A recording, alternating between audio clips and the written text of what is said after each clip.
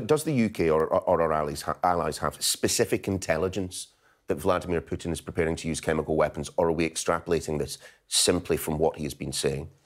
Well, clearly, I can't comment on intelligence the UK government may have received. That wouldn't be right to speak about that publicly.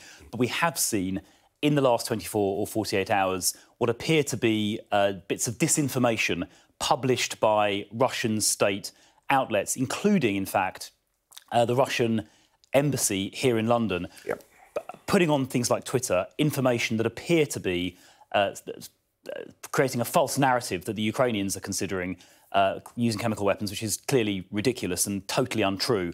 And sometimes they do that in preparation. But I hope that is not what they're contemplating. The use of chemical weapons in any theatre of war, but certainly one where there are lots of civilians, totally unacceptable. What we've seen the Russians doing in the last 2 weeks in Ukraine is totally barbaric. We saw them in the last day or two, shelling and bombing hospitals across Ukraine, including a hospital which was where young mothers were, or new mothers were giving birth to children. What they have done is totally barbaric, which is why the United Kingdom is determined, as the Prime Minister was saying, to do everything we can to try and stop them. But in essence, if Vladimir Putin is willing to bomb a maternity ward, he's willing to do pretty much anything.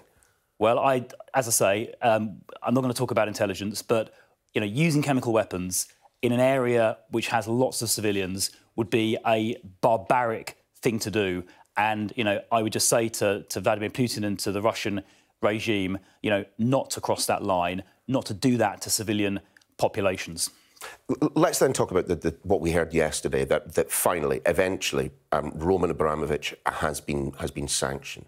I'm just wondering, I think many people are wondering this, what has changed in the week since the Prime Minister accidentally, misspoke and said that Abramovich was sanctioned when he wasn't? What have we learned in the past 7 days that has allowed us to move to this position? Well, the United Kingdom, of course, is a country which respects the rule of law. We have to go through a proper process to make sure that everything is done in a way that's legally watertight. People like Abramovich, have expensive lawyers, and we want to make sure that we don't get challenged. So we've gone through carefully and methodically, putting together a case that is watertight. And yesterday we acted against not just Abramovich, but 6 other oligarchs who control critical Russian companies like Rossiya, like Rosneft, like Gazprom.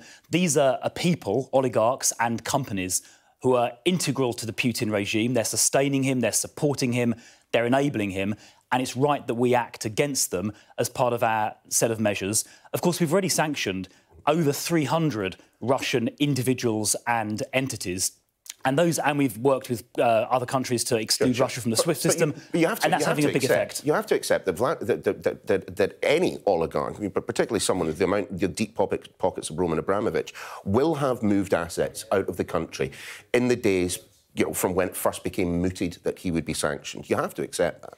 Well, I mean, there are some assets that are hard to move, like Chelsea Football Club, that's not going anywhere, and the house, as far as, that hasn't been sold.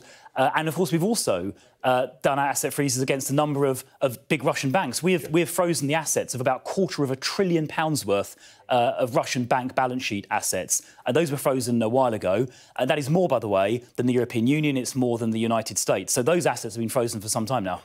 Well, let's talk specifically about Chelsea. I mean, first and foremost, you're not a fan, are you? I'm a Palace fan. OK, fair enough. So apologies. If a suitable buyer for Chelsea was found, is the government currently minded to allow that deal to go through?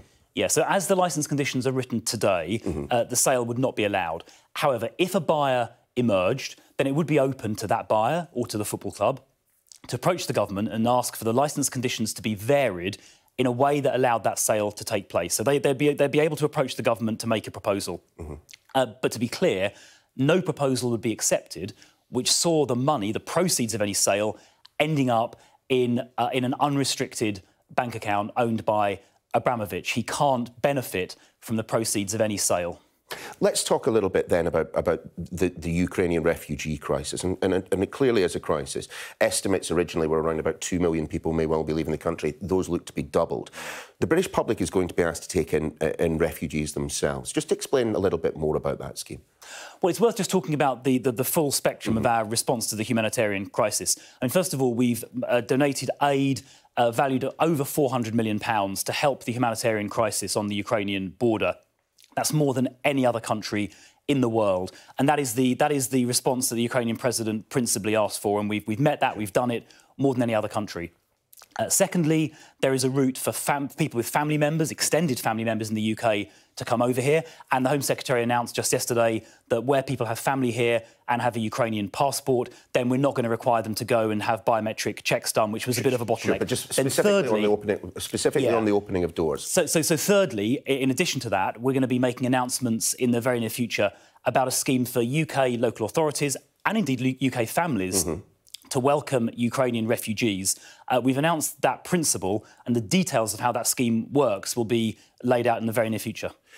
Would you take anyone into your home? I mean, do we know of anyone in the Cabinet that has already suggested that they might be willing to open their doors? Well, I think once the details are published in the very near future, everybody will have a look at that and see if their personal circumstances allow them to. And, you know, I'm sure the British public will look at that. And if they're able to, some people will be able to and some won't. They'll make their own decisions. Just before we let you go, just closer to your brief, in fact, we've been hearing overnight, indeed yesterday, Facebook has made a temporary exception, as they're describing it, to those that have been affected by war, in essence allowing them on their platform to call for violence against Russia, something which Facebook would not allow in any other circumstances. Are you entirely sanguine with that?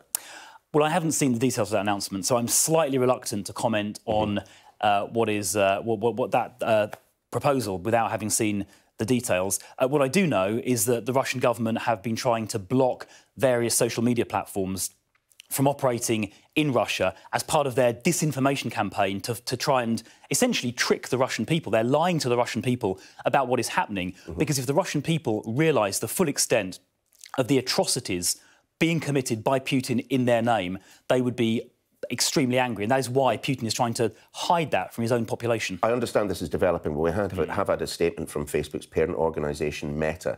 They say these are temporary measures designed to preserve voice and expression for people who are facing invasion. As always, we are prohibiting calls for violence against Russians outside of the narrow context of the current invasion. It's a narrow context, but again, I'm just wondering how you feel about one of the big tech giants, in essence, allowing people to call for violence against Russians in a way which we would probably not be allowed to do in the streets of the UK. Well, I think it sounds like they're talking about specifically in Ukraine, and obviously the Ukrainian army and Ukrainian citizens have every right to defend their homeland, to defend their cities and their towns, to defend their hospitals against this aggression by Russia. And to be honest, if somebody was attacking Croydon, the place I represent, if somebody was bombing Croydon University Hospital, I tell you what, I would be in the streets defending my hospital. I'd be in the streets defending my town and my neighbours, as the Ukrainians are quite rightly doing.